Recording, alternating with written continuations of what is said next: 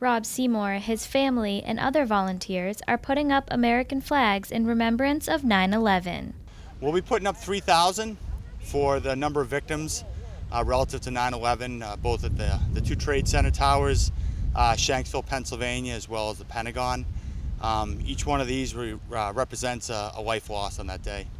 Seymour explains what putting up the flags means to him. I think a lot of people feel that this is very much a patriotic duty for them. I think probably for our nation, this is one of the most tragic days in our history. And it was an attack on a civilian population. I think people take that to heart. For me, and I think the younger generations, they understand that this is very close to home. My daughters were young, and just thinking about myself as if I was one of those victims. It's very tough to understand what those families must have gone through, and frankly, I feel like this is the least we can do. It feels pretty good to, remember all those victims.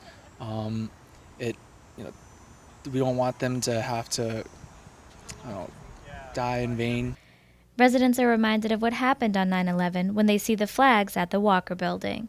I think it's important not just for the folks of Marlborough, but people around the country. I think oftentimes we get caught up in our own lives. We have a lot of stuff going on, but this is very much a historic and monumental event. It's really important that we remember what happened 14 years ago and stay vigilant so that hopefully it never happens again.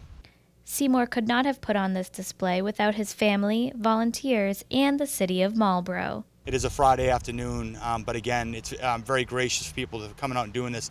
I also really want to take a moment to thank the Marlborough DPW, Commissioner Galoni, and the rest of his crew. This is a lot of work to set up every year. I think people need to take acknowledgement of that, and I would also personally ask that people respect this as sacred ground while these flags are up.